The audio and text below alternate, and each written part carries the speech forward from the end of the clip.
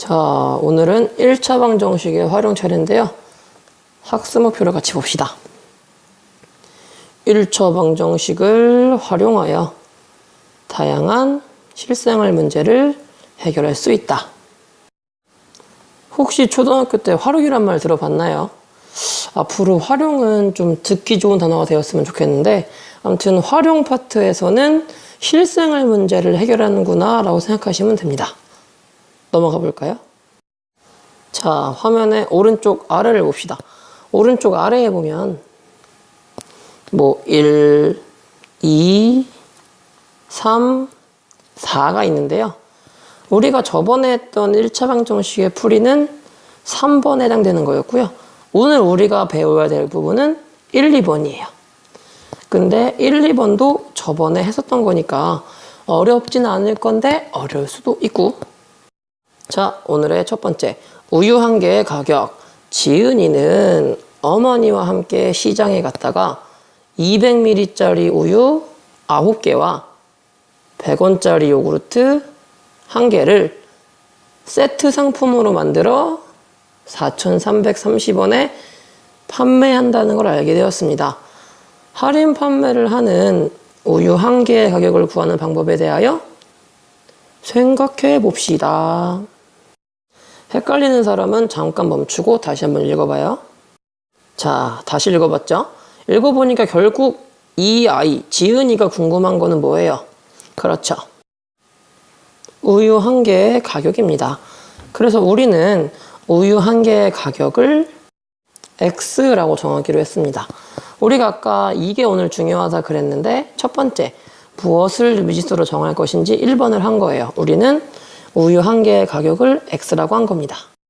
그럼 우유가 2개면 얼마야? 그렇지, 2X가 되겠죠. 근데 지금 지은이가 산 우유는 우유가 몇 개예요? 그렇지, 9개예요. 그럼 우유 9개는 얼마가 되는 거야? 그래, 바로 9X가 되는 거죠. 그럼 요구르트는 얼마라고 써 있어?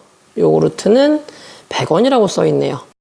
그럼 오늘 지은이가 엄마랑 함께 산 총 금액은 9X 더하기 100이 되겠죠.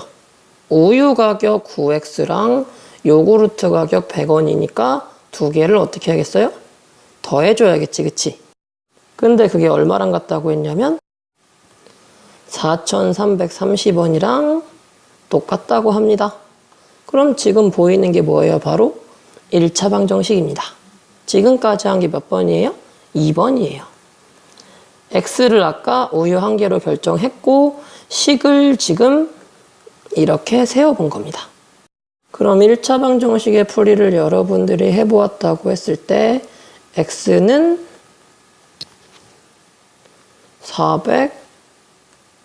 470원이 나오겠네요. 이걸 못 하시겠다면 저번에 했던 1차 방정식의 풀이 1, 2를 다시 보시길 바래요. 자, 오늘의 두 번째 문제. 나와 있는 문제는요. 연속하는 두 자연수의 합이 17이다. 그럼 우리가 궁금한 거? 연속하는 자연수가 뭔지 궁금하겠죠? 연속하는 자연수는 뭐냐면 되게 쉬워요. 그냥 1, 2, 3, 4, 5, 6, 7, 8 이렇게 쭉 연속해서 숫자가 나오는 걸 연속하는 자연수라고 합니다. 근데 지금 얘네가 뭐라고 했냐면 연속하는 두 자연수라고 했죠. 그럼 무슨 얘기냐면 이렇게 쭉 이어진 숫자 중에서 2개만 골랐던 얘기예요. 1, 2를 골랐든 2, 3을 골랐든 3, 4를 골랐든 혹은 뒤에 있을 9하고 10을 골랐든 이런 식으로 2개를 고르면 연속한 두 자연수가 되겠지. 그럼 연속한 세 자연수는 어떻게 하면 되겠어? 아무거나 순서대로 3개를 고른 게 뭐가 되는 거예요? 연속하는 세 자연수가 됩니다. 자, 그럼 볼게요. 연속하는 두 자연수니까 숫자는 2개겠죠. 그럼 둘 중에 작은 놈도 있을 거고요. 큰 놈도 있겠죠. 그럼 우리가 만약에 숫자 2개를 1하고 2로 골랐다고 합시다. 그럼 작은 애가 1, 큰 애가 2가 되겠죠. 만약에 숫자를 4하고 5로 골랐다면 이런 식으로 4가 작은 놈이고 5가 큰 놈이겠죠. 자, 그럼 우리가 봅시다. 1하고 2를 골랐을 때랑 4하고 5를 골랐을 때 공통점이 한 개가 있어요. 바로 뭐냐면 쌤이 적어놨는데 큰 놈이 1 더 크다란 얘기예요. 작은 놈이 1이면 더 큰 2, 작은 놈이 4면 더 큰 5. 자, 그러면 작은 놈이 x라면 거기에 플러스 1을 하면 뭐가 될까? 그렇지, x 더하기 1이 되겠죠. 자, 그럼 지금 우리가 누구를 x로 정한 거야? 작은 놈을 x라고 정해봤더니 큰 놈은 뭐가 됐어? x 더하기 1이 된 거예요. 그럼 문제를 다시 보자. 두 자연수의 합이 17이래. 근데 우린 두 자연수를 뭐라고 정했어? x랑 x 더하기 1로 정했죠. 그럼 결국 저 두 숫자의 합이 17이라는 거예요. 그래서 여기 보면 x, 작은 수, 다음 x 더하기 1, 큰 수 두 개를 더한 게 17이다라는 얘기예요. 그러면 여기서부터는 뭐야? 3번이야. 여기서 이렇게 답을 내는 건 어디서 한 거야? 예전에 했던 풀이에서 한 거고, 지금 x가 8이 나왔지. 근데 우리가 아까 x를 뭐라고 하기로 했어? 그렇지, 작은 놈이라고 하기로 했지. 그럼 작은 놈이 8이니까 큰 놈은 뭐가 되는 거야? 9가 되는 거예요. 그래서 연속하는 두 자연수가 8하고 9인 걸 알 수 있는 거지.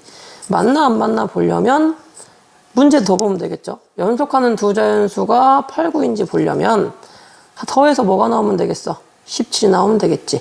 8 더하기 9는 17 맞으니까 정답이 맞았습니다. 자, 오늘의 마지막 문제. 오늘 문제를 3문제밖에 안 하니까 3개는 꼭 알고 옵시다. 알겠죠? 자, 문제 읽어봅시다. 형의 나이는 동생의 나이보다 8살이 많고 형과 동생의 나이의 합은 28살이다. 동생의 나이를 구하여라. 그럼 똑같이 해볼게요.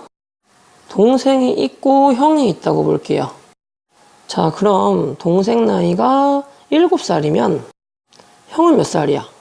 8살 많다 그랬으니까 7 더하기 8은 그렇지, 15가 나오겠죠.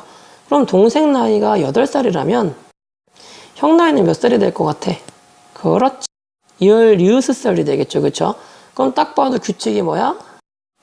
형 나이가 동생 나이에 8을 더한 게 되는 거죠. 그럼 다시 문제를 봅시다. 우리가 궁금한 건 동생의 나이였어. 그럼 동생의 나이를 x라고 정해보자. 그럼 동생의 나이가 x가 되는 거니까 형 나이는 거기에다가 8을 더하면 되겠지. 그럼 8을 더했으면 x에다가 8을 더했으니까 뭐가 될 거야? x 더하기 8이 되겠네. 그럼 지금까지 한 게 뭐냐면 미지수 x를 결정한 거야. 우린 x를 뭘로 결정했어? 동생의 나이로 정했어. 그 다음 또 하나 있는 거 보자. 형과 동생의 나이의 합은 28살이래요. 동생 나이가 몇 살이었냐면 X였죠. 그리고 형의 나이는 몇 살이요?